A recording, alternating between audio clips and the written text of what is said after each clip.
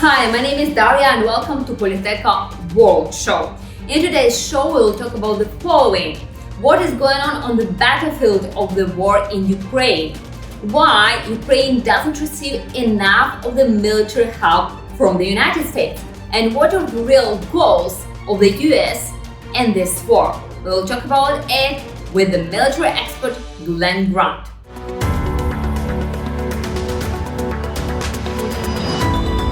I'm happy to have you here today on the interview. Yeah. It's a pleasure for me. It's nice to be here. Thank you.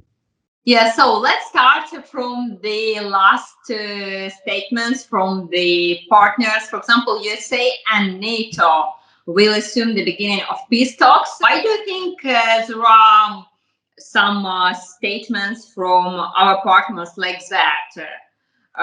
We understand for now, and you told about it right now, that Kherson liberation isn't enough to start the genuine negotiations. Well, I mean, it isn't on one side, because remember that the Ukrainian public has suffered so much. I mean, there are so many dead brothers, sisters, fathers, that they're not going to accept Russia having half the ground still of Ukraine. They're not going to accept that at all. And this actually could bring down the Zelensky government very quickly if he goes against the wishes of the public. I don't think that the NATO partners understand the cultural difference between government in Ukraine and the people in Ukraine, and it's a huge cultural difference in the way of thinking. But why do the NATO countries say this? Well, they're wishful thinking. They want it to end. Everybody outside wants it to end because they're beginning to feel a bit of the pain themselves. And so they're hoping that Ukraine will accept losses that are really unacceptable to the Ukrainian people. But that doesn't stop NATO countries suggesting it. And I think they'll keep suggesting it. And actually, the more it goes into the winter and the more pain comes to Germany, France and other countries, the more they're going to suggest it. But I think Zelensky is right to say what he says. But I think he also needs to make the point that, this pain is created by Russia. It's not created by Ukraine. It's not Ukraine didn't invade anybody. It's Russia that's invaded, and all the food problems, the energy problems, they are caused by Russia. And unless those countries address Russia, not Ukraine, for this discussions, it's not worth it. They need to address these discussions to Putin. And they need to say to Putin, you've got to negotiate because you are losing. In fact, you are losing badly. So you need to negotiate to keep your position, because if you don't negotiate and get out, you're out. Don't you think that such negotiations have taken place already? Possibly, but then they need to be made public, don't they? There is nothing to be gained for the West by having negotiations with Putin in secret.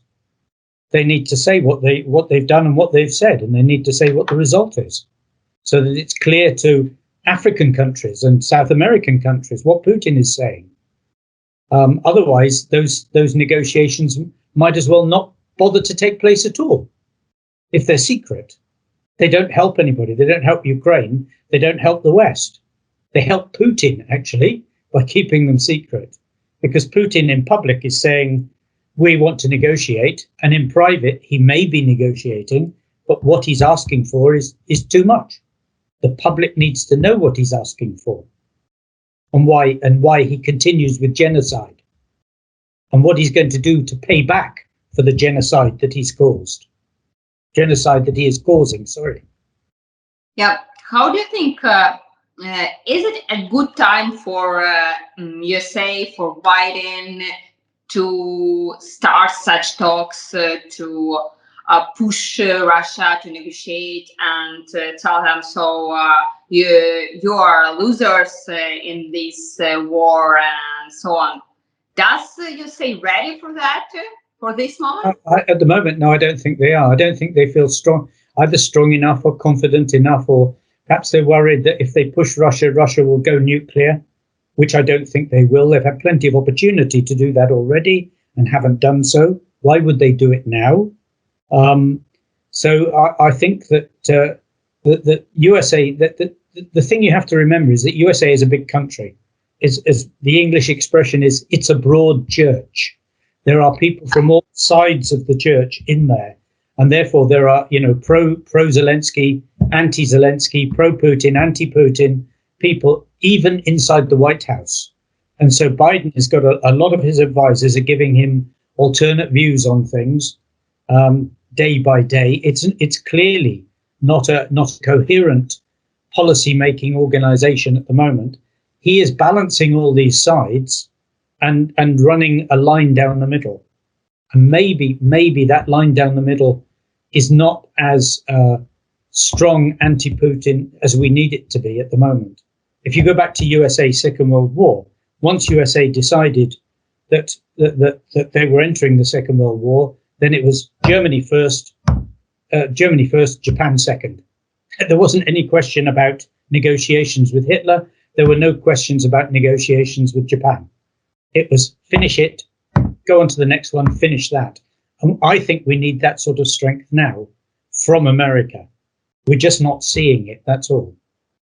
Yeah, but we heard a lot of statements from the experts that there is no very clear vision of what a final peace settlement could look like in Western capitals for Ukraine, especially for the lesson of this war. Do you agree with it? Well, I think if they haven't got a clear vision of how the war should end, then they're stupid, to be blunt. And I can't believe that they're all that stupid. I think most of them are just frightened. I don't think they're stupid. I think they're cowards, and that they don't want to actually to push things too far. They don't want to get involved. They want to try and fight a war at arm's length. And as far as the strategy of what the strategy endgame is, then to most sensible people, it's quite clear. I mean, they only have to read LinkedIn and read the tens of thousands of people writing, Putin has got to be defeated. This war has got to be ended with Russia leaving Ukraine, because there is no other way of doing this without causing Russia to be back again in 6 months, a year, 10 years' time. They have to be defeated in the same way that Germany was defeated after the Second World War. Otherwise, we're just pushing the problem off for our children and our children's children. Yeah, I totally agree with this. Yes. So I just back to your to your words 4 months ago, and you told in summer that Russia cannot be defeated by the old tactics of Ukraine, and they can always oppose against more than Ukraine have. And also you told that Russia could have as much as possible of cannon fodder, more artillery than Ukraine, and so on, so on. So, for now, what could you see after Ukraine launched the counteroffensive? We have much progress on the battlefield since then, since September. How do you evaluate today's tactics of Ukraine on the battlefield? I mean, firstly, going back to my arguments in the summer, I don't change any of those arguments. I would just remind people that that war is not about head-to-head fighting. You can't beat Russia on a battle for resources, because they've got more resources and they will keep finding more resources, even if they have to pull everything, weapons and equipment from North Korea, from Iran and anybody else they can. They will do so. So on a resource battle where you're facing them and head-to-head fighting, then Putin's Russia will always have the upper hand. Ukrainians are better, but that doesn't mean that isn't the best way of fighting that. So coming back to that, the two breakthroughs were super. I mean, they're wonderful, textbook cases. Now, why did they stop? Probably running out of resources at the front, probably maybe didn't plan to go so far so fast, all sorts of things. Hopefully, lessons have been learned from that. and that those lessons will be spread around the whole of the army. So everybody will know what we did well, what we did badly, what we need to do next time. So that there is that. Because the only way to beat Russia is to get behind them, make them frightened and make them run away. Now, if you remember from Second World War, the Blitzkrieg, remember that the divisions in the Blitzkrieg only had a few tanks. This was not a great tank army driving forward. They were actually, at that stage of the war, Germany was actually tank light. Most of the people in the Blitzkrieg were walking. There were also a large amount of the logistics were horse-drawn wagons. So this great Blitzkrieg that people think of, in their mind, they think probably of something like, the First Gulf War, where everybody's driving forward in tanks and everything. It wasn't like that at all. But what it shows is that once you get an army on its, as using a cricket term, on its back foot, where its center of gravity is wrong, they fall apart, because it's all about control. The whole war is about, being able to control things. So you have to beat the enemy's control. You have to break his control. This means huge things. It means, like, when you're firing at targets. Do you think that we've already break this control? Because they're still on the front, because we're giving them time. And they're still back on the front line. We give them days and weeks. Then they sort themselves out and they come back to the front line with more people. The enemy has to be broken and kept on the run. Because if you don't keep them on the run, then they have time. If you give them time, they get the initiative back. So all the time you can see it. I'm not going to say so much around Kherson, but in other areas, we're giving the enemy the chance to actually to lead the attack. So it's the enemy attacking us to a large degree. We have two places we're attacking them, and we are successful. We have to somehow break through these things, because I believe that, around Bakhmut and around Donetsk, if you break through in that area, the enemy there will run away. Nobody in the Russian army wants to have Ukrainians behind them. Do we have enough weapons, enough of equipment and so on? It's not about having enough. It's about how you use it. It's about being surgical in one place. It's about overloading the enemy. What missteps don't allow us to do this? The problem is we're stretched. That is no question. We're stretched. But if we're stretched in some areas because we choose to defend every single space. And that when you defend every space, you give Russia the advantage, because he can use his artillery, he can use lots of soldiers and actually overwhelm you. Now, I'm not saying that is wrong, that they're defending at all, but there are other areas of the battlefield where there is space. This is not a coherent line, soldier, soldier, soldier, soldier. There are places where there are gaps, and we have to exploit those places and actually get through them somehow. And that's where you need to load and you need to break the enemy, because if you can get behind Bakhmut, I promise you those soldiers are not going to stay there and fight.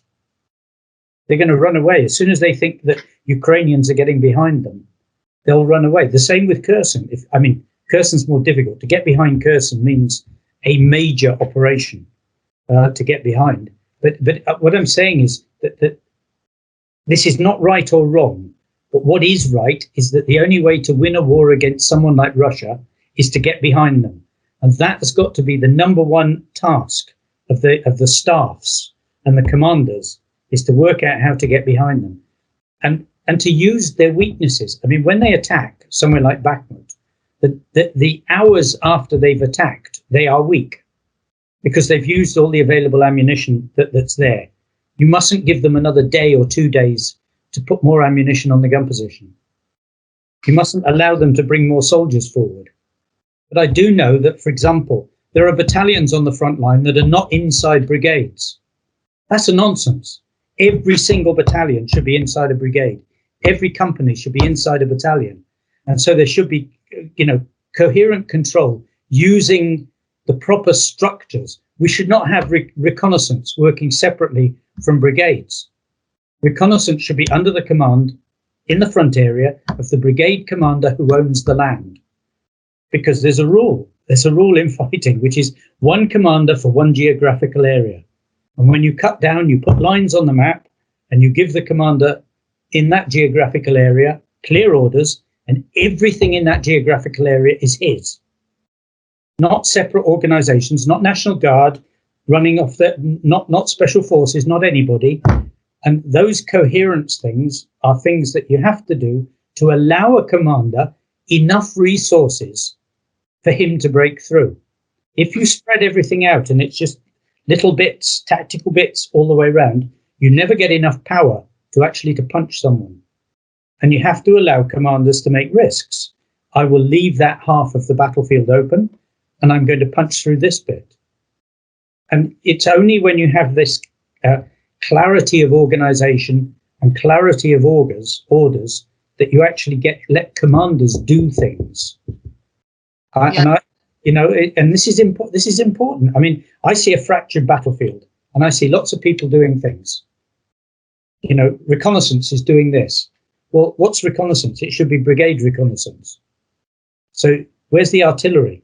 Who is it working for? Is it working for drones or is it working for the brigade commander?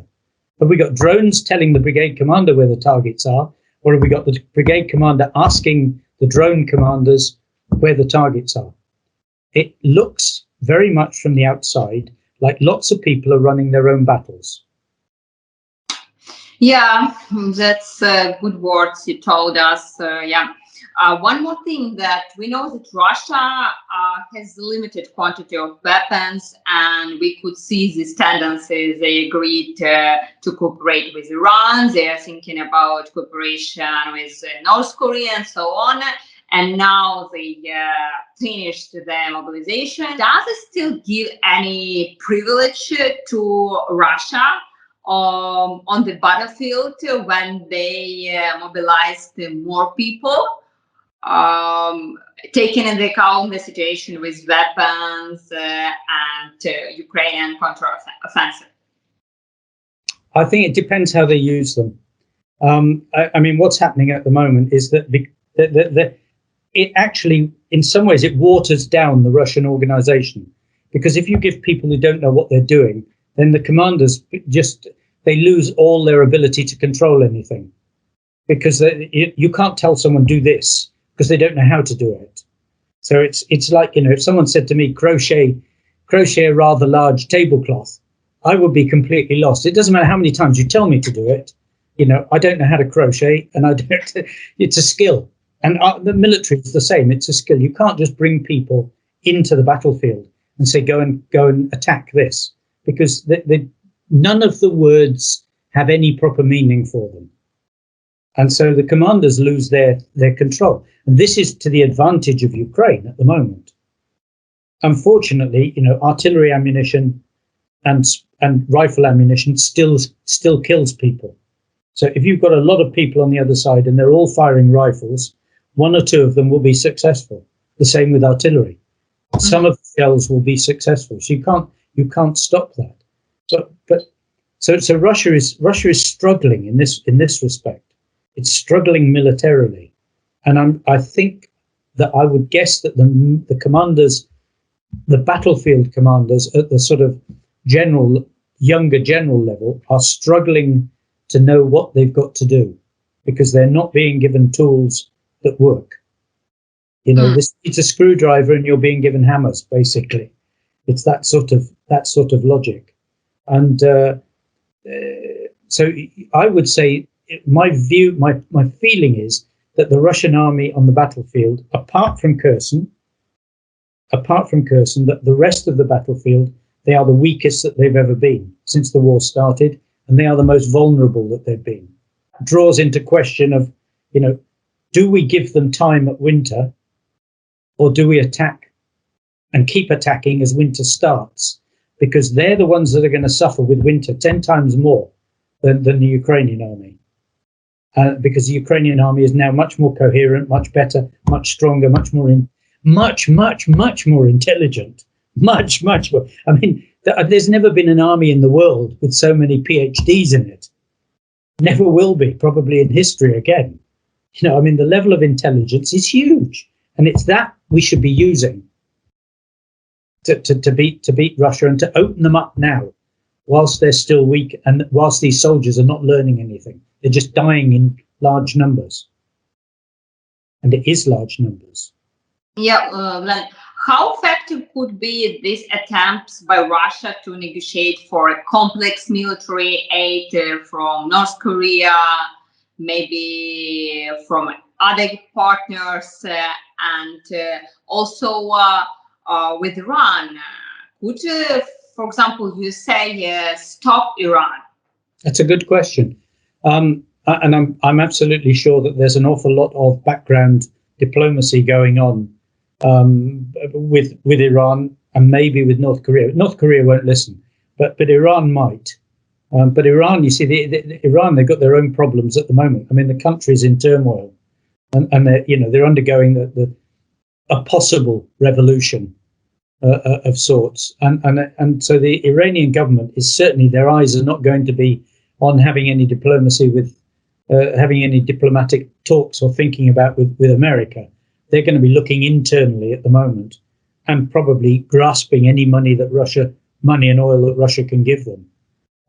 North Korea is a bit more worrying because, of course, much of North Korea, much of the North Korean army has actually been equipped by Russia, and has got Russian type equipment, even if they got it from Russia or China. And so, if Russia pushes them nicely and promises them lots of free oil and lots of free everything else, then they could get a huge amount of equipment from North Korea, and maybe even North Korean soldiers. And that would change the political dynamic of this war hugely if North Korean soldiers start fighting on the battlefield. And I would not put any money in a bet that they won't. How possible is it? It's very possible, because North Korea hates the West. And so if they think that there's a chance of, fighting the great Satan and actually joining in, then it's quite possible indeed that they might do so. I mean, who knows what's going on in Kim's mind? I mean, I don't, and nobody else does either, judging by the negotiations over the last years.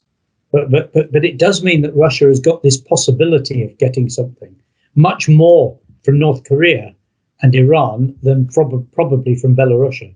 We know that already the aid for Ukraine is budgeted, as I know. So could it be changed if there will be mostly the Republicans in Senate?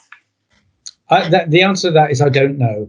I mean, this politics in America defeats most people, and until the elections are over, and then we see the balancing between the parties and the balancing between conflicting arguments on what policies come out, I don't think we'll know.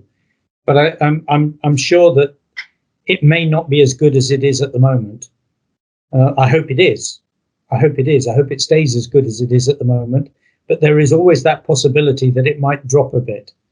And this actually brings into question one big thing, which is, Ukraine is still not on a war footing. It's not on a war footing economically. It's not on a war footing militarily. It's not on a war footing in terms of, as I've just said, diplomatically. We're still trying to wing it with a small team and making decisions when actually the whole of the country needs to be engaged in this. I mean, I saw figures this week about the industry during the war in Britain. Basically, every human being that had an arm and a leg was working either to produce ammunition, agriculture in the fields, or whatever. Everybody was working.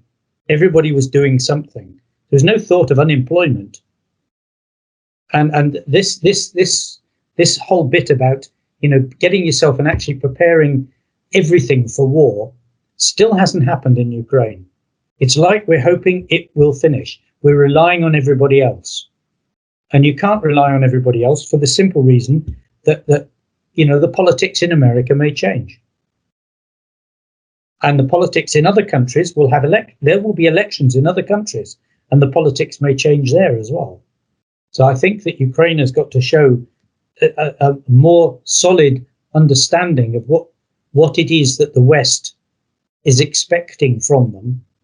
They're expecting to see Ukraine produce their own ammunition. They're expecting to see Ukraine start producing missiles. They're expecting to see all sorts of things. Yeah, I totally agree with you in this, but we don't have time for it. So manufacturers. You've had 6 months. Do you realize what people did in 6 months in the First and Second World War? Yeah, 6 months, it's enough, but it's a long time. Now in the front line, rockets, drones, and everything, and we don't have enough money. You have to. That's part of having a wartime economy.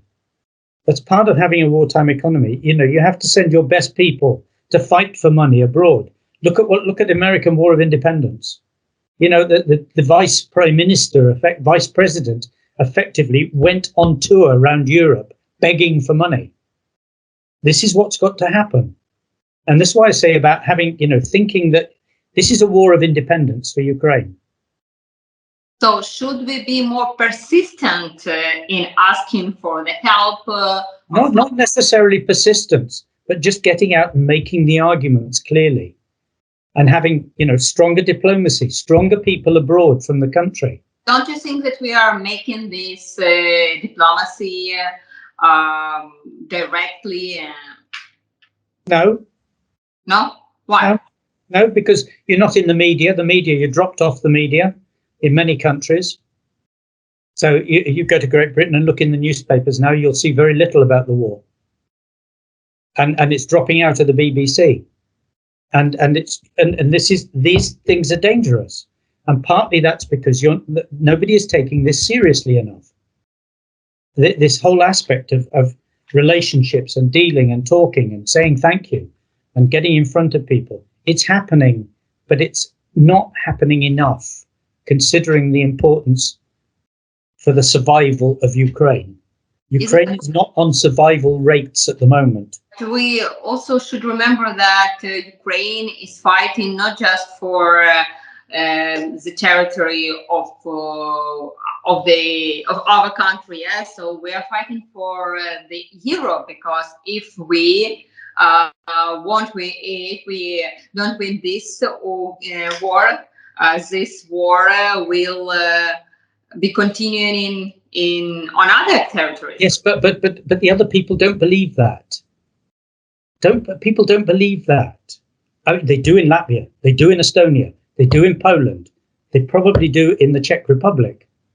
But outside of the Eastern Europe band, Spain, Italy, Portugal, USA, Chile, the rest of the world doesn't believe that this is going to happen. And that's what I go back to. You have to persuade them. You have to be serious about it. And that means the very best people must be doing the persuading and doing the education. So let's talk about aid for Ukraine, especially about military aid. As I know, and Biden announced not far away that USA spent for military aid 25 billion since the February 14th, and then there will be much money in the budget 2023 of USA. So how do you estimate the help for Ukraine from the US? If I'm honest, good, but could be better. Because if you actually look at that 25 billion, it is a tiny amount compared to the overall US defense budget. And it comes out, I mean, when you think that Latvia has given nearly 50% of its defense budget to Ukraine, nearly half this year.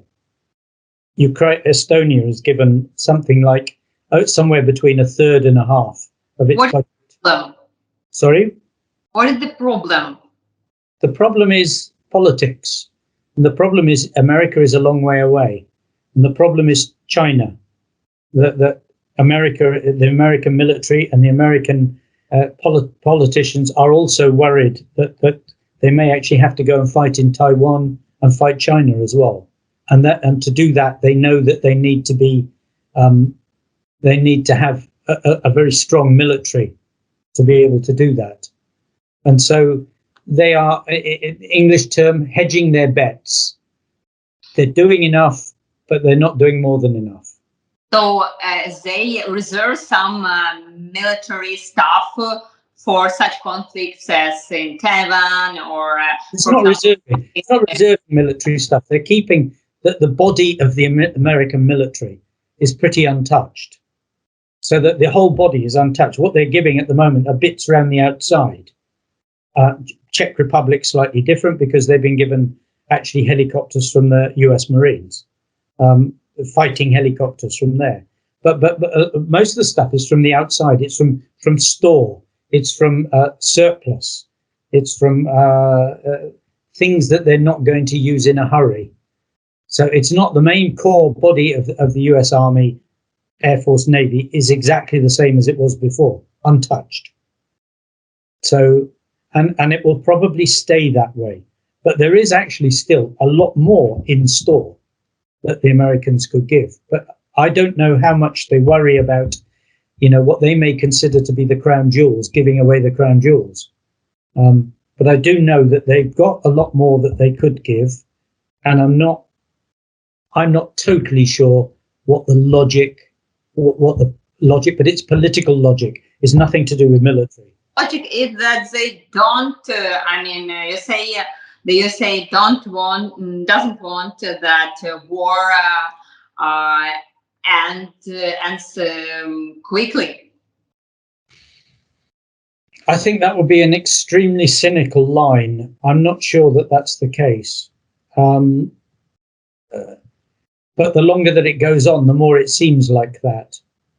I don't have that political insight into what they're talking in the White House, or whether it's that or whether it's just slow making decisions about what to do next.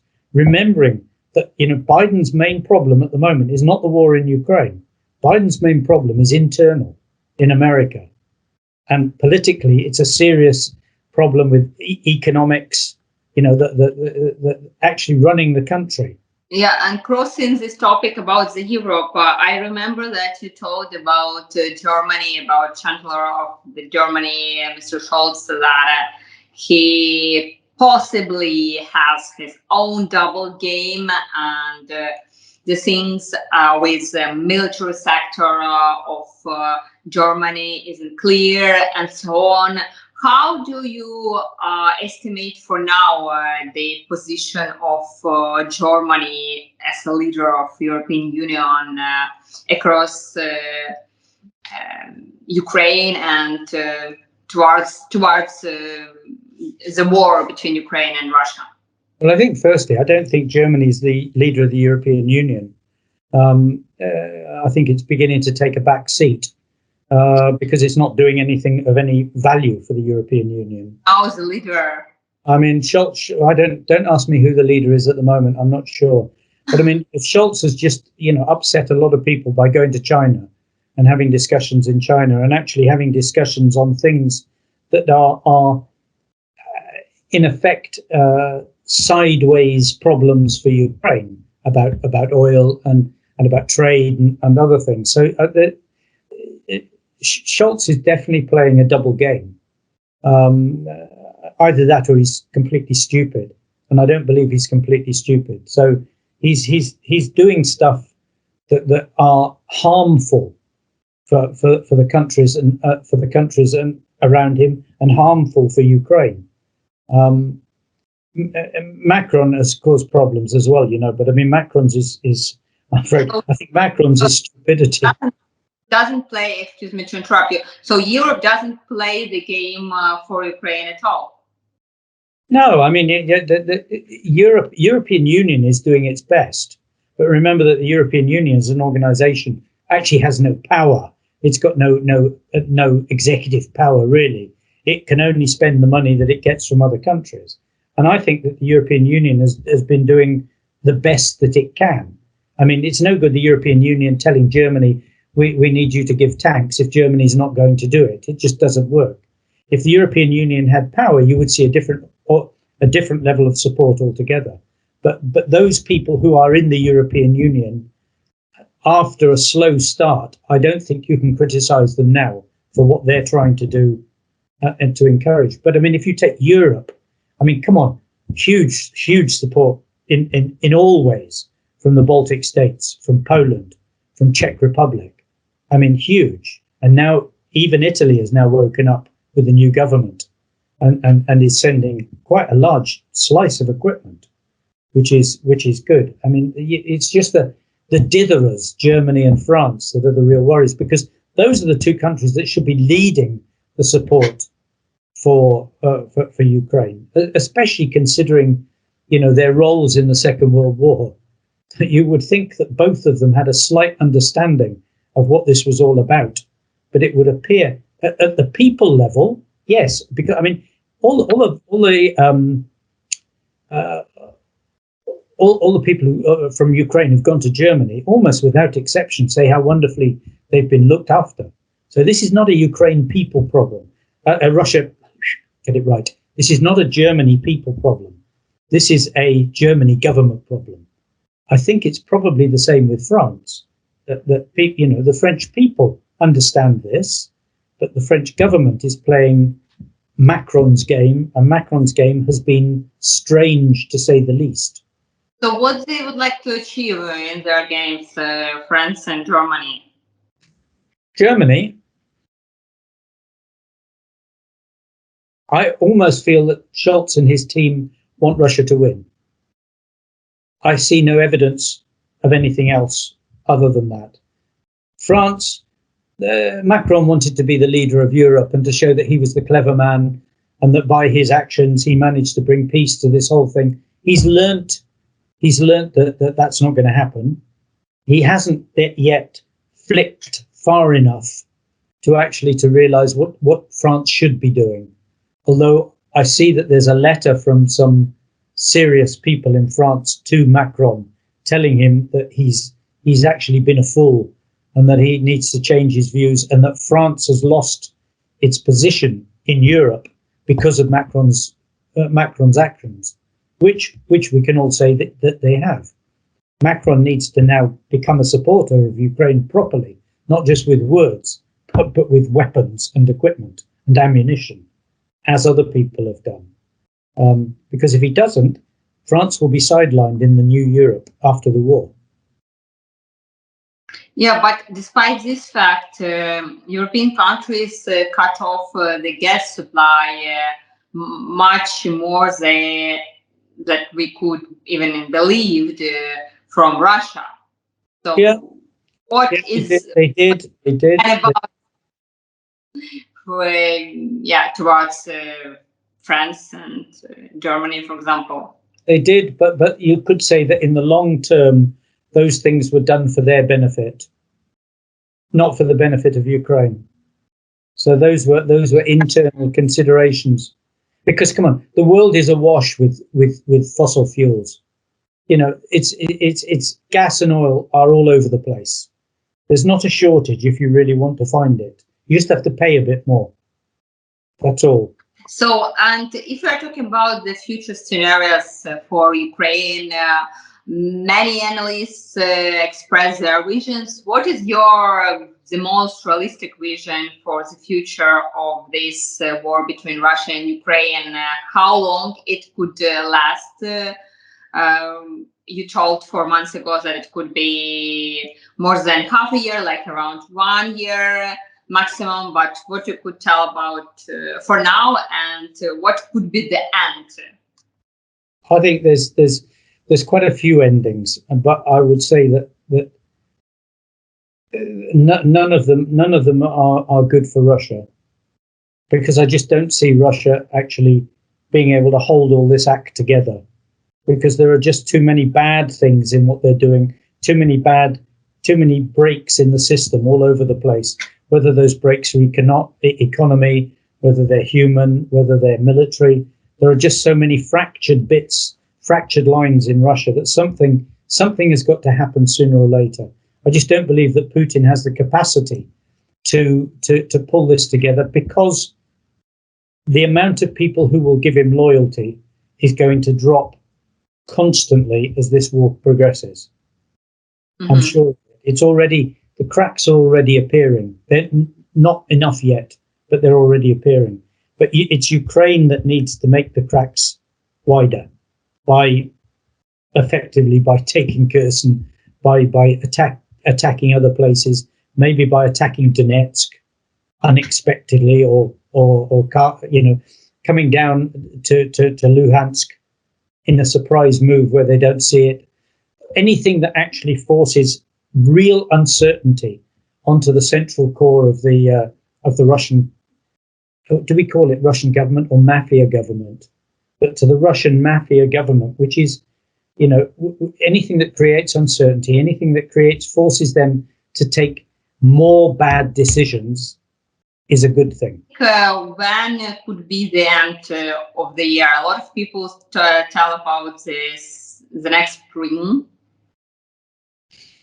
I think this depends upon how much further forward Ukraine goes before spring. If the line stays as it is now, then we're talking about maybe another 2 years. If they can actually push the line forward and break one or two major areas, then Russia will have to use all its resources to hold Ukraine. And in using all its resources, it then won't have the ability to regenerate more. If we give them time and we don't attack them, they will regenerate and the war will go on longer. And we'll agree for Ukrainian terms in such case, in the good case for... Well, let's just say agree for American terms, not Ukrainian terms. Because I think it's at that stage, you can't get away from the fact that America will be in the negotiations. Because they are the big player. It's Ukrainian territory. It's Ukrainian territory. Ukraine will be there. But I mean the $64,000 question all the time is will America continue support or not? And they're saying yes. Now, if it gets to negotiations and Russia is facing an America that says, I'm sorry, we're going to keep going, you will notice we've only been giving a small amount all the time. We can keep that small amount going a lot longer than you. We can keep ammunition. We're building more ammunition, more planes, more everything. You want to keep going for another 2 years? We'll keep going for another 2 years. Keep going if you want to. But we suggest that you don't, because then you'll lose Russia. So, America has got some cards to play that if the war continues, actually those cards can get more powerful on the American side if they want them to be like that. Thank you very much. And I would ask you more even questions, but I think for first interview it's enough. Thank you. No, thank you very much.